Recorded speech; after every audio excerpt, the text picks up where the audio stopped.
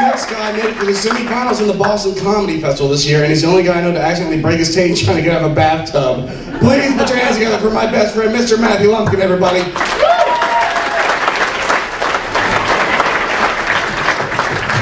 Glad to die, ladies and gentlemen. You're back up here with me at the end.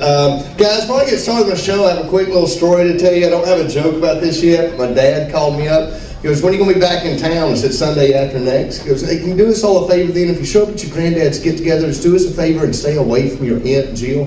Well, yeah, why? He goes, well, you know she's bisexual. I didn't know that. He goes, well, she is. But since she's pregnant, she can't take her bisexual medicine. I let him talk for a few more minutes before it dawned on me he means bipolar. I didn't correct him. I got to sell that get-together, so he screws that up in front of her. See, my dad is about as southern as they call me. He wears a lot of camo, he's got a lot of guns, he's big into hunting, big into fishing. He has a camper that he keeps back in the woods at all times, but y'all, to him, his camper is not just his camper. To him, his camper is his bunker, his fallout shelter, his plan for the end of the world. No matter how it's coming, anthrax, terrorists, zombies, meteors, the Sarah Palin administration. Like, hey, I'm letting you kids know right now, if shit goes down, meet me at the camp. Or what? I'm not writing out the apocalypse with you, spam, and bottled water, you know? And he was serious about this till late last year at his house watching this movie from the 80s. And if y'all can remember back in the 1980s, we hated the Russians, right? In this movie, Russians landed in America. And Patrick Swayze got all of his buddies together. We had Red Dawn, Wolverines. My dad's wasn't. See, kids, that's why I got that camper. I went, that's why? Just so hypothetically, in case some Soviet Red Army, having no idea the Cold War is over, decides to parachute into NASCAR country. Your golden plan is to fight them off with a bunch of 12 gauge? He's like, yeah, them commies don't know them woods the way I do. Like, where do you get the ammo to take on the army? He goes, there's a Walmart down the road. And I went hunting with my dad last year for the first time. What cracked me up is once we got in the woods, my dad, who's been an insurance salesman all my life, once we got in the woods, he starts communicating to me with hand gestures like he's a Navy SEAL.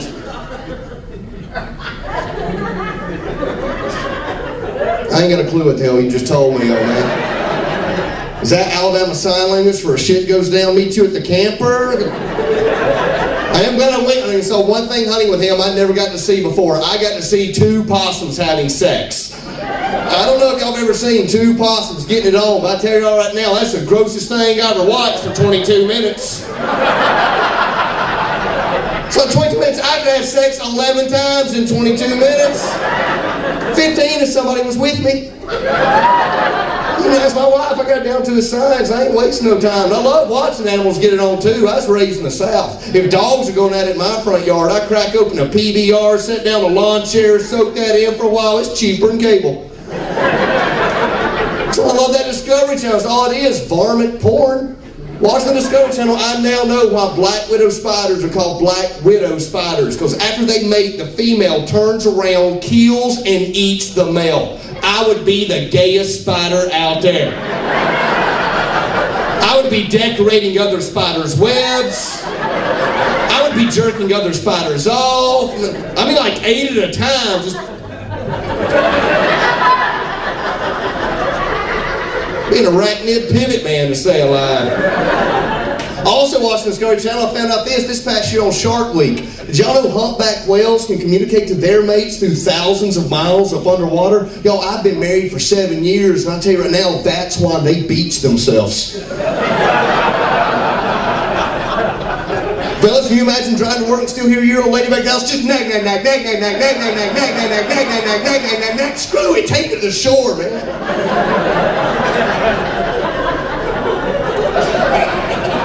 We all run there trying to push the whales back in the water. I don't want to go.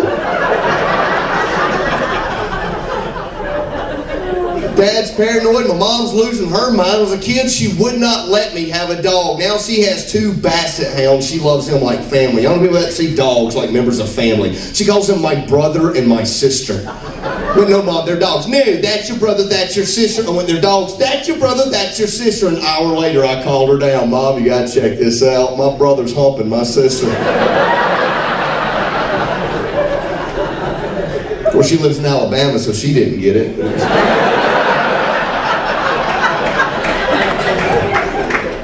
My whole family lives in Alabama. My family, her family lives in Alabama. We spent Thanksgiving with her family last year, and I figured something out. Fellas, if any of y'all are thinking about getting married, you need to try your damnedest to marry an orphan.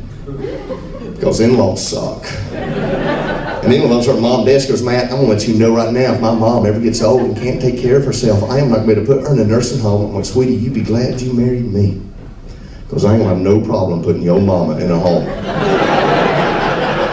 But I can't believe you want to have my mother put in a home. So I don't want to have your mother put in a home. No, I want to have the woman put to sleep. You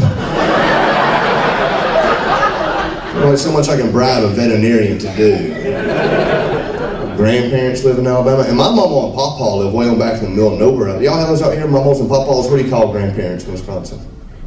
Grandma and grandparents. See, different parts of the country have different nicknames for them. Me and wife actually ran into this because both of our parents are divorced. They're both remarried, meaning that we have 8 parents, meaning our kids have 8 grandparents. We ran out cute little nicknames to give them. The name of my kids' grandparents goes up there real quick, or grandmother and granddaddy, because they got to the hospital first. Then it goes Gigi and Papa, Grammy and Papa, Grana and Ho. Ho, because my nephew, the oldest grandkid on that side, thought he looked like Santa Claus, started calling him Ho-Ho, then he got shortened to Ho. Now he's getting sent home from first grade because he's walking around going, my Ho said this, my Ho said that. I'm spending the night with my Ho this weekend.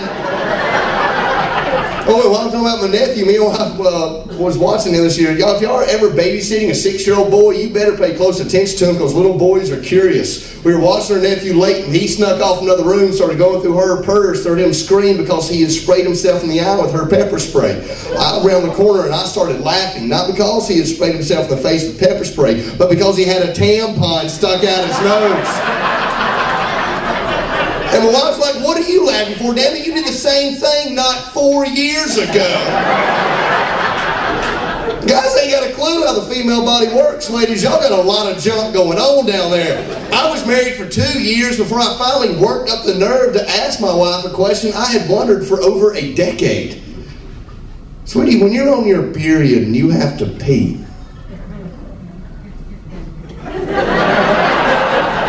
do you have to take the tampon out? He's looking like, well.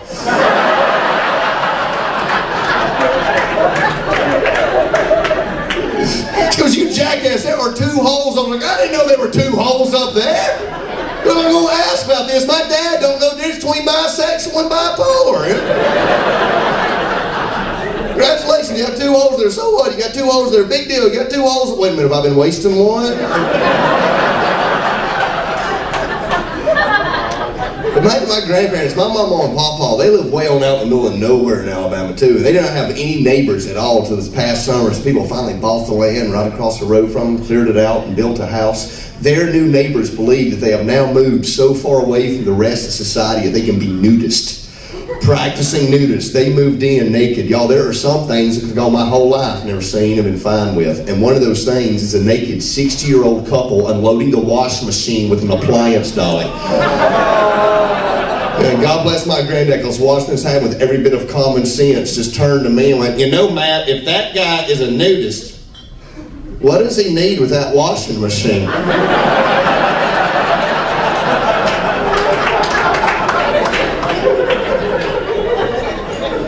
I don't know why they call it common sense. I found driving around that common sense ain't that common. Last Sunday we were in Portage, Wisconsin. Monday we were in Fox Lake, Wisconsin. Driving through there, stopped at this gas station. Went, hey, I need to use your bathroom. This lady behind the counter gave me a key.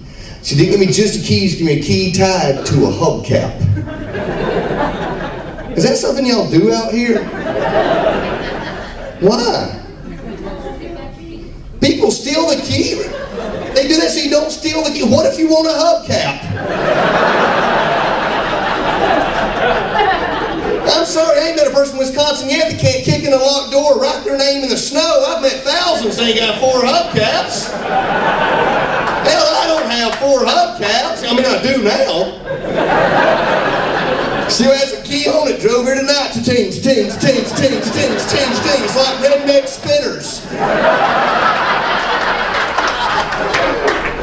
But common sense ain't that common. You'll know what I'm talking about. Some of the smartest people out there, I don't care how intelligent they are, still do some of the dumbest stuff. December 4th of last year, I played this college down in Tifton, Georgia. This may surprise you, but it's true. Tifton, Georgia is the reading capital of the world. You go and Google it, Tifton, Georgia. It pops up, reading capital of the world. They don't let you forget this either. Because miles before you get in that town, we got billboards up on the interstate. You're coming up on Tifton, Georgia, the reading capital of the world. You get in town, welcome to Tifton, Georgia, the reading capital of the world. Right outside the hotel room. You're in Tifton, Georgia, reading capital of the world. The word capital was misspelled on every billboard. I was up in Lansing, Michigan. I picked up a buy-sell bulletin. I'm flipping through the lost and found section. A guy in Michigan a few months ago has somehow lost his prosthetic leg. How? I lose stuff all the time. I really do. My wife gets on to me for it. I wanted to bet this ain't the first time him and his wife have had this fight many times before. Sweetheart, I lost my leg. Did you check your other pants? You lost your leg. Retrace your steps. How do you lose it? There had to be alcohol involved on that one. I guarantee you, he went out drinking, ended up bar hopping.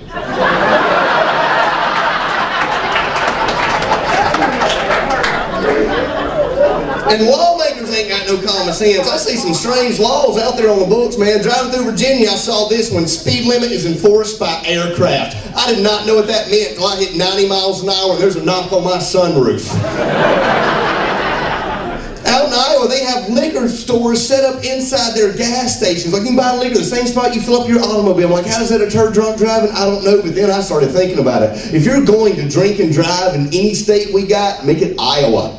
It's all flatness, no one's there. You get drunk off the road in Iowa, you ain't gonna hit a damn thing.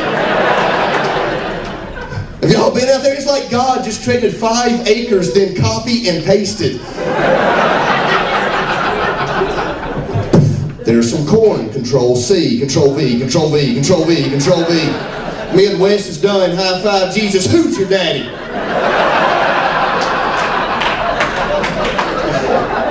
You guys have a strange law here in Wisconsin too. If you get a chance, go to one of y'all's rest areas. Y'all have a sign in front of y'all's rest areas that says no loitering at a rest area. No hanging out doing nothing. Get an area designated and constructed for the sole purpose for you to hang out and do nothing. That's against the law, not below it. You put the penalties, didn't you? Yeah, no loitering, $500 fine, or 60 days in jail. Can you imagine going to jail for loitering? You ain't the tough guy on the block. Hey boy, what you in for? What did you do? Nothing. For an extended period of time. I hate rest areas, I do. I hate public bathrooms. Always some jackass in a mohawk trying to sink a piece of corn.